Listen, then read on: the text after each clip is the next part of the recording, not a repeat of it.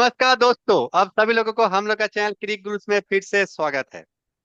आज हम लोग फिर से एक नया वीडियो लेके आ गए हैं, मगर वीडियो शुरुआत होने से पहले आप लोग से एक रिक्वेस्ट है कि आप लोग हम लोग का चैनल क्रिक गुरुस हो सब्सक्राइब कर दीजिए और हम लोग को 1000 सब्सक्राइबर पहुंचने में हेल्प कर दीजिए। और उसका साथ साथ नोटिफिकेशन का बेल आइकन को भी प्रेस कर दीजिए ताकि हम लोग जो लगातार अपडेट्स आप लोग के लिए ला रहे हैं आप लोग को नोटिफिकेशन पहुंच जाएगा। तो चलिए दोस्तों, आज का वीडियो शुरुआत करते हैं, जिसमें हम लोग डिस्कस करेंगे one of the breaking news related to Indian cricket. अब जो ब्रेकिंग न्यूज है ये है बीसीसीआई का नया प्रेसिडेंट कौन होने वाला है। तो जैसे आप लोग को पता है कि रॉजर बिनी जो लास्ट प्रेसिडेंट था उसका जो टर्म था अभी सितंबर में खत्म होने वाला है और उसका साथ साथ एक नया प्रेसिडेंट का जो स्पेस है वो वैकेंट है। अभी जो इंटरिम प्रेसिडेंट है वो है अभी राजीव शुक्ला, जो वाइस प्रेसिडेंट का रोल में इतना दिन से था। तो अभी जो है जितना दिन इलेक्शन ना हो या फिर जो नया जो प्रेसिडेंट इलेक्ट ना हो तब तक Rajiv Shukla will be the vice president. मगर जो नाम आ रहा है बहुत बड़ा बड़ा नाम आ रहा है जो नेक्स्ट बीसीसीआई प्रेसिडेंट होने वाला है। और जैसे आप लोगों को पता है कि जब से सुप्रीम कोर्ट बीसीसीआई को एक रूल दिया था, एक रूल्स एंड रेगुलेशन फॉलो करने के लिए कि बीसीसीआई एक वन ऑफ द वर्ल्ड का one of the sport sporting का हिसाब से एक ऑर्गेनाइजेशन है और जिसका प्रेसिडेंट हमेशा एक इंडिया का लेजेंड ही होना चाहिए, क्योंकि स्पोर्टिंग वहाँ पर स्पोर्ट्स का दुनिया में कोई पॉलिटिक्स नहीं आना चाहिए। और इसीलिए जब से जो सुप्रीम कोर्ट ने नया रूल्स एंड रेगुलेशंस ऐड किया, जब लोधा कमेटी ने इसको ऐड किया है उसका बाद से सौरव गांगुली पहला बीसीसीआई का प्रेसिडेंट हुआ था जो एक इंडियन क्रिकेटर होते हुए लोधा कमेटी जो डिसीजन दिया था उसका बाद सौरव गांगुली का जो टर्म था वो खत्म होने का बाद रोजर बिनी जो इंडिया का one of the legendary player था, जो इंडिया वो 1983 वर्ल्ड कप का one of the important member, अभी उसका भी अभी जो टर्म है अभी खत्म हो गया है। अभी उसके लिए जो चयन होने वाला एक नया बीसीसीआई प्रेसिडेंट, अब जो नया बीसीसीआई प्रेसिडेंट होने वाला है उसमें बहुत बड़ा बड़ा नाम आ रहे हैं।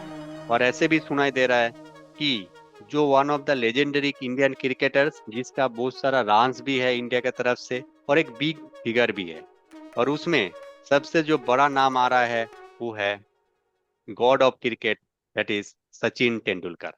और इससे अच्छा तो कोई हो ही नहीं सकता है बीसीसीआई प्रेसिडेंट, क्योंकि देखिए बीसीसीआई प्रेसिडेंट होने के लिए ऐसा पर्सन या फिर ऐसा लेजेंडरी नाम को होना चाहिए जिसका कोई पास्ट में कोई कंट्रोवर्सी ना हो, या फिर जो रेस्पेक्ट है वर्ल्ड क्रिकेट में रेस्पेक्ट हो, जिसका हिसाब से क्रिकेटिंग मॉडल में इंडियन क्रिकेट में कैसे इम्प्रूव किया जाए उस सब रूल्स एंड रेगुलेशन लाए, इंडियन क्रिकेट को और भी बेटरमेंट कैसे लेके जा सकते हैं उस सब का जिसका डिसीजन हो सकता है। उस हिसाब से Sachin Tendulkar is one of the big name which is coming forward. And another name which is coming forward, it is another legendary player जो सचिन तेंदुलकर साथ ही खेला है एंड जो इंडिया का हेड कोच भी रह चुका है और world cup winning head coach भी है, and he is none other than Rahul Dravid. तो संदीप, आपको क्या लगता है कौन किसको होने का चांस ज्यादा है और कौन होने, और मतलब जो ही लेजेंडरी प्लेयर है तो इस होने से इंडिया क्रिकेट को क्या फायदा होने वाला है और कैसे इंडियन क्रिकेट आगे बढ़ेगा? देखिए, जो सुप्रीम कोर्ट ने ये रूल लाया था मुझे लगता है काफी अच्छा रूल है, क्योंकि बीसीसीआई तो क्रिकेट के लिए ही ऑर्गेनाइजेशन बना है और क्रिकेट छोड़ के बीसीसीआई कुछ नहीं है। So everything about cricket.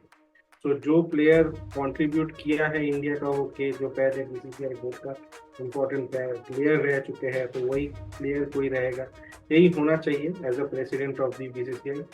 And इसीलिए जैसे दो नाम उठ के आ रहे हैं अभी, राहुल द्रविड़ और सचिन तेंदुलकर। स्पेशली राहुल द्रविड़ का नाम इसलिए उठ के आ रहा है क्योंकि वो रिसेंटली राजस्थान रॉयल्स से अपना जो रोल था उससे बाहर आ गए हैं, वो रिजाइन कर दिए हैं और वो अभी एक फ्री एजेंट है। तो इसलिए शायद इसके पीछे ये रीजन हो सकता है कि is looking for the BCCI president spot, शायद उनको अप्रोच किया जाए and may be he has positive inclination towards it. ये एक रीजन हो सकता है। और सचिन तेंदुलकर भी काफ़ी एक अच्छा प्रेसिडेंट हो सकते हैं बीसीसीआई का, लेकिन बात यही है वी हैव ऑलवेज सीन कि सचिन ऑफ स्ट्रीम रहे हैं। सो क्रिकेटिंग पोस्ट, क्रिकेटिंग कोचिंग, ये सब से वो दूर ही रहे हैं। उनका जैसे एक गॉडली फिगर है क्रिकेट में, एक one of the stars of cricket, world का बेस्ट प्लेयर में से, या हम लोग दी बेस्ट प्लेयर भी बोल सकते हैं सचिन तेंदुलकर। तो वो ये अभी फिर at this stage of his life वो क्या फिर से ये रोल पे आएंगे कि नहीं, ये देखना काफी दिलचस्प रहेगा और काफी इंटरेस्टिंग रहेगा, क्योंकि वो हमेशा ये सबसे अलग रहे हैं, बाहर रहे आफ्टर हिज रिटायरमेंट। लेकिन जो भी हो, इन दोनों में नाम में से कोई एक अगर आएगा as a president of BCCI, सारे फैंस के लिए काफी वेलकम न्यूज होगा, क्योंकि दोनों को ही फैंस बहुत चाहते हैं और दोनों बहुत ही अच्छा कंट्रीब्यूशन करके गया है इंडियन क्रिकेट के लिए। Specially Rahul Dravid, Sachin Tendulkar, these are like legendary figures. Sachin all format में, Rahul Dravid specially on the test, and Rahul Dravid एक इंडिया को T20 वर्ल्ड कप भी जीता है और एक वर्ल्ड कप जीताने का काफी क्लोज भी गए हैं। तो ये दोनों में से कोई भी आता है, so they know in and out of everything जो क्रिकेट में होता है, क्रिकेट जो इंडिया का क्रिकेट कैसे चलता है, ये लोग सब कुछ जानते हैं, दे आर वेल अवेयर। तो इन लोग के लिए कुछ नया नहीं होगा। और अगर इन दोनों में से कोई एक आता है तो मुझे लगता है इंडिया क्रिकेट और आगे ही जाएगा, because they have been players of such generation जो कि मॉडर्न जनरेशन और जो कि एज ओल्ड क्रिकेट था उसका बीच में थे। तो Sachin and Rahul Dravid both has serve cricket at a point of time जहां पर ट्रांजिशन हो रहा था क्रिकेट फ्रॉम दी, जो एक रेगुलर गेम प्ले चलता था उससे मॉडर्न क्रिकेटिंग जो एक ट्रांजिशन था, उस टाइम में भी ये प्लेयर्स लोग फीचर किए हैं। और मुझे लगता है ये मॉडर्न क्रिकेटिंग जो जनरेशन चल रहा है इसके कैरी फॉरवर्ड करने के लिए ये दो प्लेयर्स काफी एलिजिबल प्लेयर है, and if they come into the like forefront of this role, ये इंडिया क्रिकेट को और आगे ही लेके जाएगा। और एक बात है कि राहुल द्रविड़ का होने का और भी ज्यादा स्ट्रॉन्ग पॉइंट क्यों है, क्योंकि Rahul Dravid grass root level cricket को भी देखा है। क्योंकि अगर देखेंगे राहुल द्रविड़ क्रिकेट छोड़ने के बाद अंडर 19 क्रिकेट टीम का कोच रह चुका है। तो वहाँ पर उन्होंने देखा कि अंडर एज लेवल में इंडिया क्रिकेट कैसे डेवलप हो रहा है।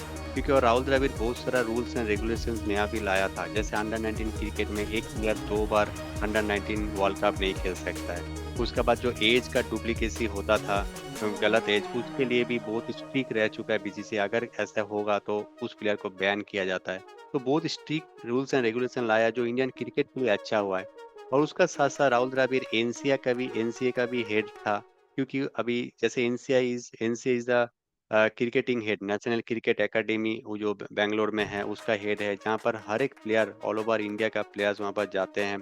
और उसका बाद जैसे प्लेयर्स का फीस, डोमेस्टिक फीस जैसे बड़े हैं, क्योंकि पहले डोमेस्टिक फीस रणजी क्रिकेट या फिर जो डोमेस्टिक क्रिकेट प्लेयर्स है जो इंटरनेशनल क्रिकेट तक नहीं पहुंच पाता है, उसका भी ख्याल रखने के लिए राहुल द्रविड़ बहुत सारा रूल्स एंड रेगुलेशंस लाया था from NC and suggested the rules and regulations. और जो खामियां था उसको इम्प्रूव करने के लिए उस टाइम का बीसीसीआई प्रेसिडेंट सौरव गांगुली को बोल के वो सब रूल्स अप्लाई किया गया था।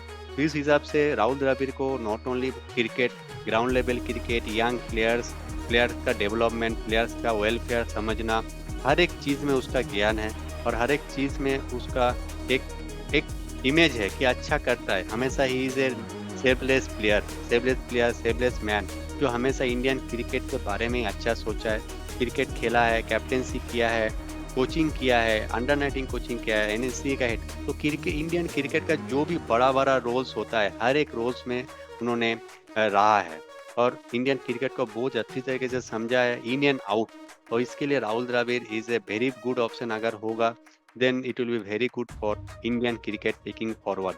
और उसको एक नया डायरेक्शन में ले जाने के लिए, एक यंग जनरेशन प्लेयर्स को कैसे डेवलप करना है, इंडियन क्रिकेट को और आगे ले जाने के लिए क्या करना है, सब कुछ हेल्प करेगा राहुल द्रविड़ होने से। और जो इलेक्शन होगा, ये होगा 28 सितंबर को, जो एनुअल जनरल मीटिंग होने होता है हर एक ईयर में, एजीएम जो होता है, उस एजीएम में डिस्कस होगा और इलेक्शन भी होगा और उसी में चयन किया जाएगा और इलेक्ट किया जाएगा new BCCI president for the next 3 years. So दोस्तों, आप लोग को क्या लगता है किसको होना चाहिए बीसीसीआई का नया प्रेसिडेंट? और हम लोग दोनों नाम के अलावा भी और कोई नाम अगर आप लोग का पास है तो आप लोग हम लोग को कमेंट कर सकते हैं। तो आज का वीडियो इतना ही। अगर हम लोग का आज का वीडियो अच्छा लगा है तो प्लीज़ हम लोग का इस वीडियो को लाइक करिए, कमेंट करिए और शेयर करिए, और हम लोग का चैनल क्रिक गुरुज को सब्सक्राइब भी करिए, और हम लोग को 1000 सब्सक्राइबर पहुंचने में हेल्प भी करिए। उसका साथ साथ नोटिफिकेशन का बेल आइकन भी प्रेस करिए ताकि आप लोग को लगातार अपडेट्स मिलता रहे। तो चलिए दोस्तों, आज फिलहाल इतना ही। फिर से मिलते हैं आप लोग के साथ एक नया वीडियो में।